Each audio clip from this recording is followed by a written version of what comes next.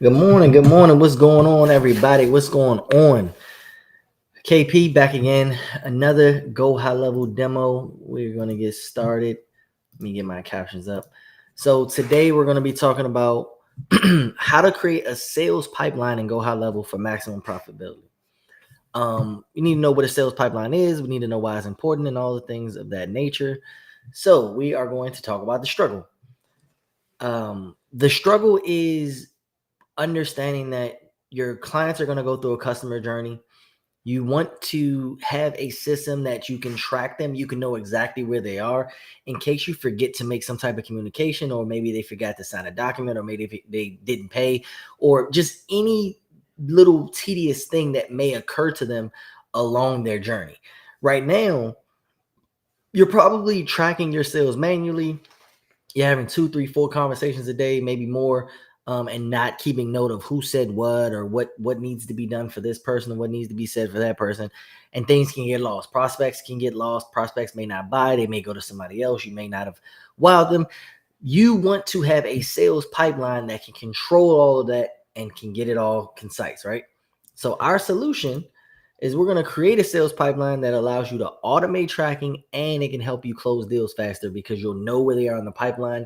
You can know who has priority, who maybe isn't ready to buy yet, and just have all those things said and done. So as always, I'm going to open up my high level account.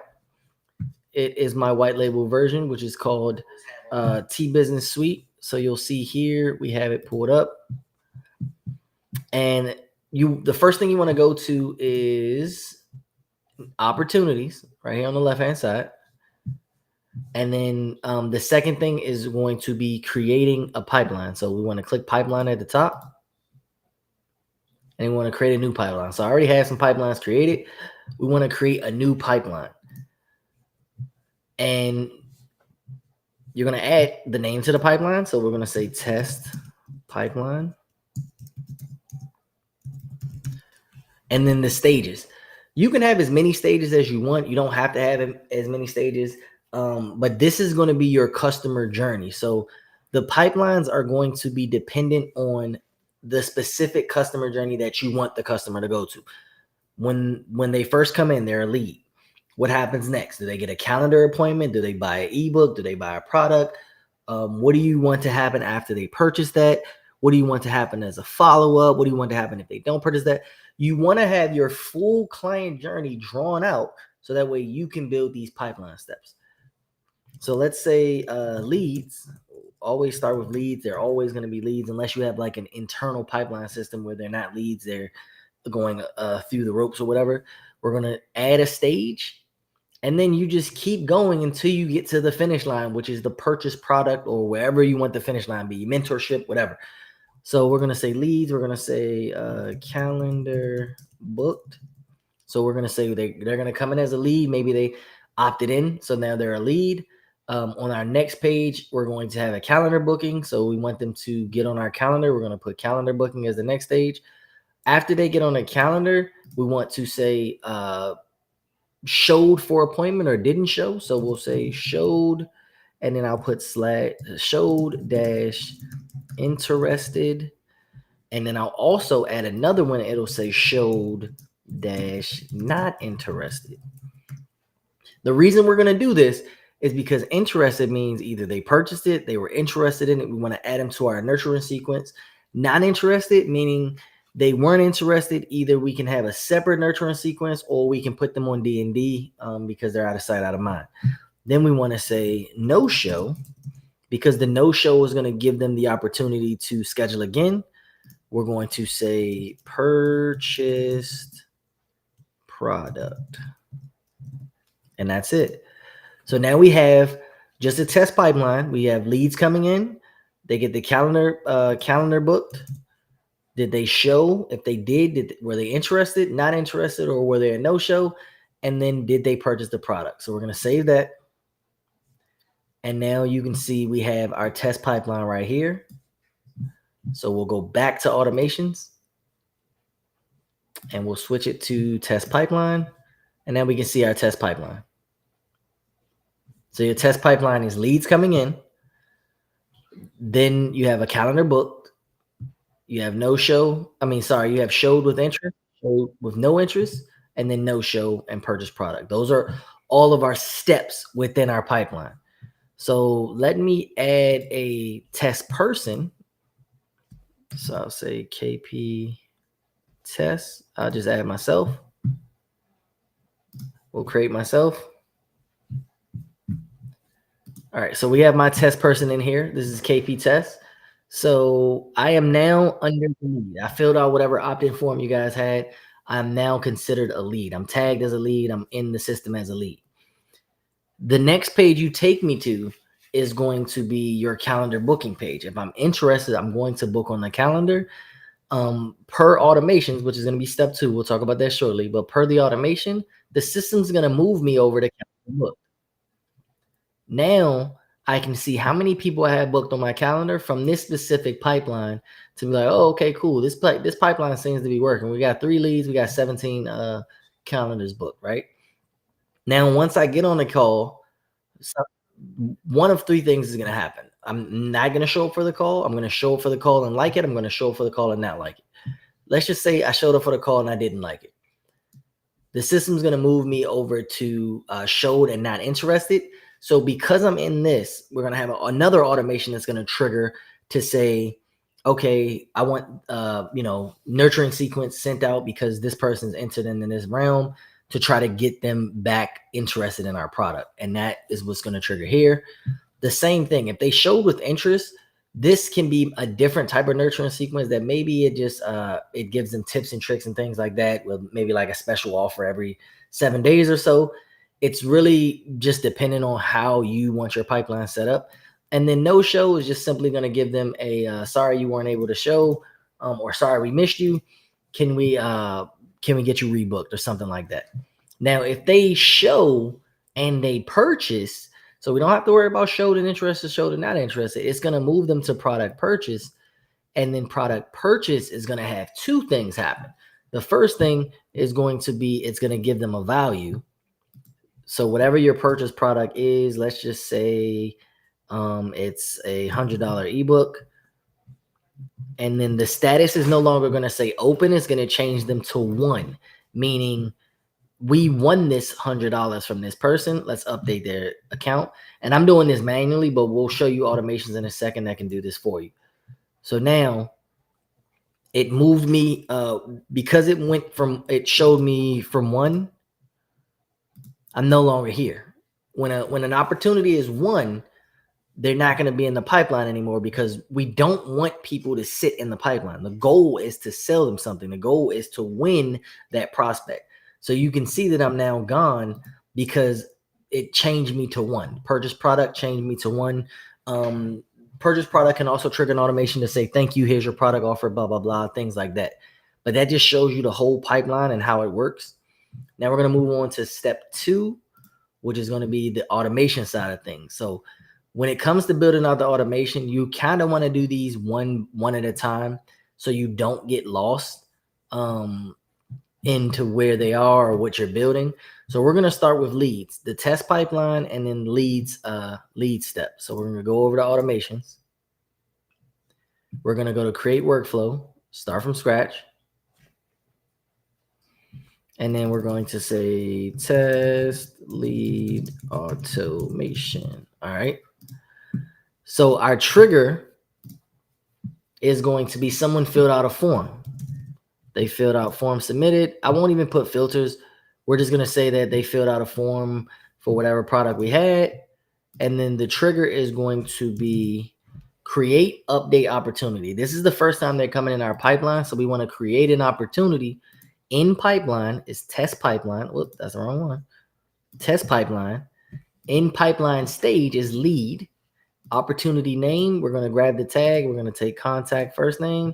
Opportunity source, you don't have to worry about that. Lead value. Now, if your specific pipeline is only selling 1 product, if you're only selling a $97 product, go ahead and put them as a $97 lead. If you have multiple products, then you might want to leave this open and then have it trigger per product that they decided to go. You can get more elaborate with it, but we'll just leave this as 97. And then the status is going to be open. Right? So now you can see here, we created an opportunity in the test pipeline under lead, contact first name, and we'll save the action. And that's it. We can do remove from workflow after this. Always do remove from workflow because we don't want anybody stuck. And then you'll hit save. That's just step one. We would have to rinse and repeat this for each of the steps. I'm not going to bore you guys. I'll do another one just to show it, but I won't bore you and do them all. We'll go back to opportunities, test pipeline. So we know leads is the first one, and then calendar booked is the second one. So we'll go back to automations. We'll go back to our test automations was the first one. Now we're going to go create a new from scratch. And this is going to be test calendar automation. But this trigger is going to be calendar booked. Customer booked appointment, right? We're not going to filter a calendar, but you want to filter your calendars when you're really building these. So we're going to hit save trigger. The action is going to be opportunity again. So once they've update in the test pipeline. So let me break it down. They're already in the lead pipeline. We already got them in the test pipeline under lead. What this is saying is when they book under a specific calendar, we want you to move them from lead to calendar book. So in pipeline stage, we're going to say calendar book. So when they book, we want anybody that books that's already in the test pipeline, we want you to move them to calendar booked. Opportunity name is going to stay contact first name. The lead value, again, if you have one price, you can leave it. Actually, once you have a value under the first one, you don't need to touch it again. So you can actually leave this alone. And then we're going to go to status open, allow opportunity to move in any pipeline stage. You can turn this on. It's not really a necessity because we don't want anybody moving back in the pipeline, but you can turn it on just in case there's any issues where they may have to go back.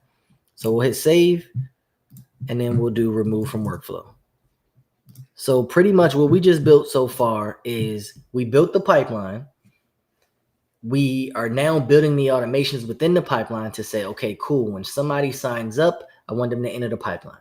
When they book on my calendar, I want you to move them in the pipeline to the next stage. And then I'll go back to the pipeline to show it again. So opportunities. So right here, let me see. I'm going to add myself back to the pipeline. And that way I can kind of explain better with the, I can explain better. Let me just add a new person. Let me just do KP test. Bam. Can I, I was already one. Let me just add this person. All right. So now we have a person in the pipeline, no value, because they filled out the form. So the automation that we just built is going to automatically move them. We don't have to come grab it and move them. The automation is going to move them for us. If Nikki books on our calendar, we're going to move him over to calendar book. The system's going to do that for us. Now there's going to be another action that the sales team or yourself will have to do manually. Where did Nikki show? Did Nikki no show? If Nikki showed, did he buy or was he interested? This is where you have to make a decision. Okay, cool. I'm speaking to Nikki right now. Doesn't sound like he wants to buy it. Doesn't sound like he's really interested. He kind of just blew me off. I'm going to grab Nikki and move him over to show not interested. Now we'll have another automation built out where that automation says the trigger is going to be show no interest because we have to manually do this. So the trigger is going to be opportunity, show no interest. You know what? Let's build it. That way we'll have it on recording. So we'll create a new one from scratch. And we'll say no show automation test. Okay, so our trigger, we'll hit add new trigger, and we're going to do opportunities. Opportunity status changed is going to be the name of the trigger. we're going to filter. We have to filter this one because we have to say in pipeline, which is the test pipeline.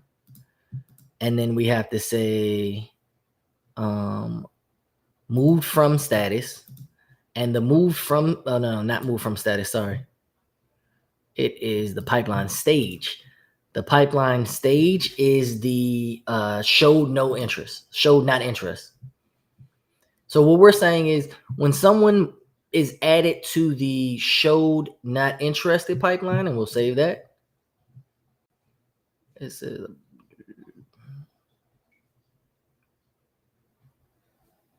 opportunity changed. Move them to open. All right. So when someone is moved to that specific pipeline, this is going to trigger. And then here I've had another video that showed you guys how to create a lead nurturing sequence. You'll just essentially create this as a lead nurturing sequence. So that way, what we're saying is, oh, this person wasn't interested. We're going to put them under this lead nurturing sequence in hopes to get them back. If we do get them back, that's great. If we don't get them back, we made the attempt. This is better than you having to manually try to follow up this person, reach out to this person on social media, try to send them emails. That's your time. That's time consuming.